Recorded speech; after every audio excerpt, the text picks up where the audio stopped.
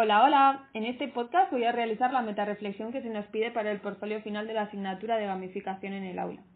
La asignatura en sí ha sido, ¿cómo decirlo?, la que más cosas nuevas me ha mostrado y a la vez la que más me ha demostrado todo lo que no sé ni tengo tiempo de aprender. Bueno, a ver, tampoco quiero ponerme dramática, quitando el sentimiento de agobio ante tantos apuntes, tantas aplicaciones, tantos links que explorar y referencias a videojuegos o películas que yo, pues ni flores, pues la verdad es que ha sido genial. Tengo aquí apuntado lo más destacable de cada clase, desde un punto de vista realista. Porque debo decir que para una profesora interina que pasa sus cursos escolares sustituyendo por menos de un mes a otros profes, pues a ver, es muy complicado plantearse una gamificación de aula a gran nivel.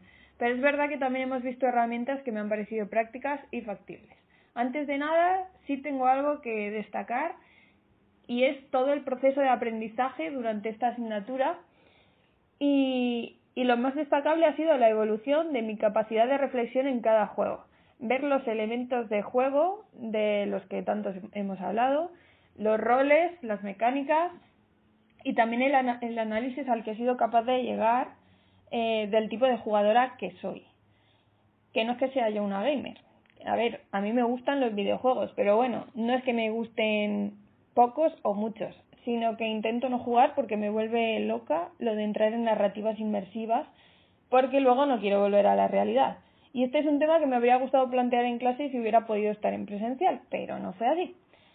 El caso es que supongo que para nuestro alumnado pues pasará igual, que después de vivir en narrativas en las que llegas a un lugar donde nunca has estado, te conviertes en alguien que nunca has sido y puedes hacer lo que nunca has hecho, pues lo de volver a la realidad puede suponer un pequeño trauma. Al menos para mí lo es. Y eso es lo que vimos, por ejemplo, en la clase de Escape Room. Son los 3 puntos que nos tiene que hacer sentir. Que te lleve a un lugar donde nunca has estado, que te conviertas en alguien que nunca has sido y que puedas hacer cosas que no eres. En clase, por supuesto, porque estamos hablando de en el aula. Y bueno, el caso es que a mí, incluso con mini experiencias de 1 hora o menos, pues me pasa. Bueno, voy a ir ya aportando la reflexión del contenido y lo voy a ir haciendo a la vez que voy contando lo que vimos en las clases. Y bueno, y un poco de los diferentes ejercicios que hemos tenido que entregar. En primer lugar, clase número 1. Empezamos diciendo, ¿qué tiene que hacer el juego? Hacer creer. Bueno, yo con esto yo ya me quedé enamorada. Hacer creer. Pues sí. ¿Y qué mejor para hacer creer que crearnos a nosotros mismos un personaje que no somos? Que es un avatar.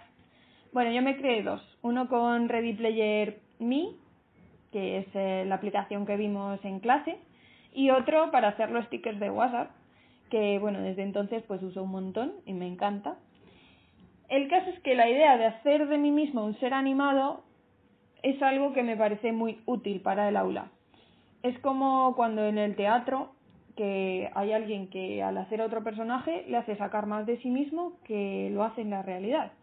Yo al final soy profe de lenguas y necesito la interacción absoluta, total, todo el rato, porque una lengua si no se practica no va a ser nunca un medio de comunicación.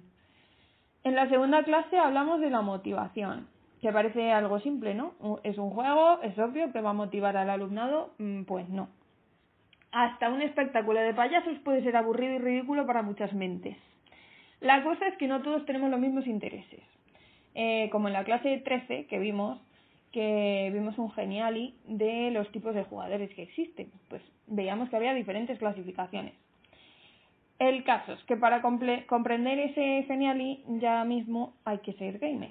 Porque yo, había cosas que no sabía ni qué responder. Así que bueno, para utilizarlo en primaria sobre todo, yo haría un test más facilito para conocer mi alumnado y saber qué tipo de juego puede adaptarse más al interés del grupo y al tipo de jugadores que puedo tener en ese grupo. Bueno, de la tercera clase me quedo con el listado de drivers de Yokai-2, que sirve para analizar los elementos de las experiencias gamificadas. En esta clase vimos un montón de experiencias que me sirvieron para comprender esas diferencias, las diferencias que podemos encontrar en los diferentes juegos, y la importancia de la narrativa. También las diferentes reglas, los diferentes objetivos, los tipos de recompensas, o si el juego es más autónomo o es más guiado, y dependiendo de eso podemos tener un interés diferente de un tipo de jugador diferente. Bueno, seguimos. La clase 4 vimos el concepto de pérdida. Bueno, aunque yo la verdad me gustaría más llamarlo inversión, al menos según lo comprendí. Pensándolo, es una de las cosas que más me motiva a mí a la hora de jugar. Vamos, yo cuando me veo jugando sé que lo que más me engancha es tener algo que me va a servir para otra cosa después. Por ejemplo, en AC Rebellion, en Assassin's Creed Rebellion, están los materiales que te permiten crear cinturones, espadas, ropa. Y con eso después pues puedes mejorar las habilidades de tus héroes. El caso, que si no tengo un porqué conseguir esas monedas, esas cartas, la comida, lo que sea, no me motiva a seguir jugando. Y eso no lo sabía hasta que vi esta clase. Después, la clase 5. En la clase 5 nos centramos en la creación de narrativas. Claro que si solo cuentas, pues no se abstrae del todo de la realidad. Pero si vives esa narrativa en un espacio bien creado, con una estética pues currada, pues sí que entras más en la historia. Parecía que no, porque cuando vimos el jueguito de Foss, pues parecía que ese tipo de juegos no tenían ninguna narrativa. Y resulta que sí. Resulta que hasta los juegos más pequeñitos tienen una lógica. Y bueno, pensando así en grandes rasgos, es verdad que me motiva más un juego si entiendo la historieta, o sea, si entiendo de qué va. Incluso si es del tipo Candy Crush o los minijuegos de Facebook, con los que me encanta apagar la mente, por cierto. Después, en la clase 6 hablamos de estrategia de los juegos, de cómo delimitar los pasos y los desafíos en los juegos. Esto tiene que estar bien adaptado al nivel cognitivo del alumnado y que sea lógico para ellos. Y además debe estar dentro de lo que llamamos el flow, que lo explicamos después en la clase 13. La clase 7 me flipó. Hablamos un montón de escape rooms y de lo que necesita un escape room para ser útil en el aula. Y es que es eso de lo que más hablamos, de cómo crearlos para el aula. Porque no paro de ver supuestos escapes educativos que yo digo, a ver, es que no molan, o sea, no son divertidos. Tienen la estructura, tienen cosas, pues tienen la historieta de salir de un lugar, de resolver enigmas, pero no sé, fallaba algo, o sea, yo notaba que fallaba algo, ahora ya sé lo que es, claro. Bueno, lo primero que creo que les falla es lo de poner preguntas, como si fuera un examen. Eso a mí me saca de la narrativa y supongo que al alumnado también. Al final, eso te fastidia el juego. Creo que lo bonito de los escapes es tener que deducir qué hacer con la información, no dedicarte a fustigarte porque esa página del libro parecía que no salía, parecía que no era importante. De esta sesión me guardo los 3 pasos que vimos que tiene que tener un escape. Que se reúna la información, que se procese después la información y que se aplique la información, siendo esto un proceso lógico e intuitivo, que vaya más allá de lo que sabes y realmente te lleve a utilizar lo que sabes de una manera más parecida a la realidad. Porque en la realidad no vas a encontrar el típico problema de Juan sale hacia Cuenca a las 3 de la tarde a 300 kilómetros por hora y Paloma hacia Madrid, bla, bla, bla, bla, bla. No. Vas a tener un cable de wifi que no te llega. Y como no tienes metro, pues vas a medirlo con el folio. Y entonces vas a tener que saber cuántos metros necesitas así. O vas a tener que observar los colores del mando de la televisión para configurarla y hacerla smart. ¿Se entiende? La verdad es que con lo que me gustó, me da mucha rabia no haberlo practicado para el trabajo colaborativo. Pero me lesioné justo en los días de máximo trabajo y no teníamos tiempo e hicimos algo que, bueno, que decir que era mejorable es poco. ¿Qué le vamos a hacer? En otro momento pondré en práctica todos estos tips.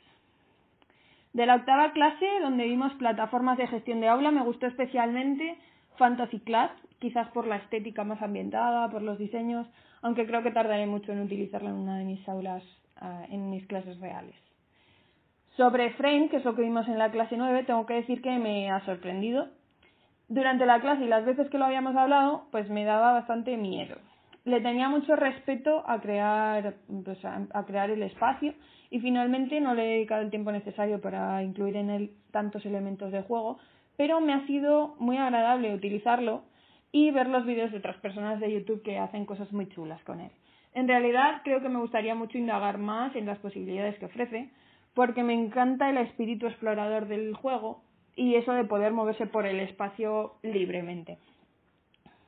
En la clase 10 hablamos de las mecánicas de acción y los ciclos de actividad, donde me gustó mucho la demostración que se hizo de Twine.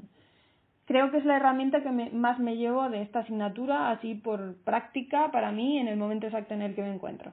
La misma sensación de utilidad tuve con Deck Toys de la clase número 11. Pues, a ver, al final soy profe de lenguas y los itinerarios con texto mezclado con retos es algo que me resulta mucho más útil que una resolución de acertijos lógicos que puede proponer un escape room. Bueno, ya voy terminando, solo quedan 3 clases.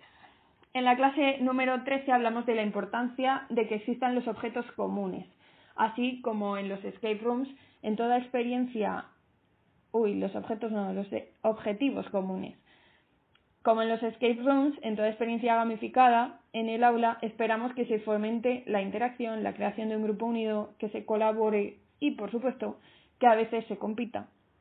Pero, sobre todo, que se busquen estrategias conjuntas para avanzar y que se apoyen para tomar decisiones. En la 14ª clase indagamos un poco más en las estructuras narrativas y hablamos un poco más del TAG, de la taxonomía de Bloom aplicada a los juegos, y de la importancia de que los desafíos que se pongan entren en el llamado flow, que también he nombrado antes. Es decir, que exista una buena relación entre la habilidad requerida para resolver el enigma y la dificultad que tiene. Por último, en la última clase vimos el multiverso. Esto que nos va a hacer la experiencia de otra manera, que gracias a ello podremos sacar al alumnado del aburrimiento y del cansancio de obtener información sin más.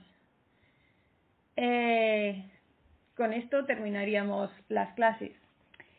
Mi conclusión, que no he tenido todo el tiempo que me gustaría para asimilar tal cantidad de información que he recibido cada día que me ponía a ver las clases y que desde luego no he podido exprimir toda esa información para hacer creaciones chulas en los entregables.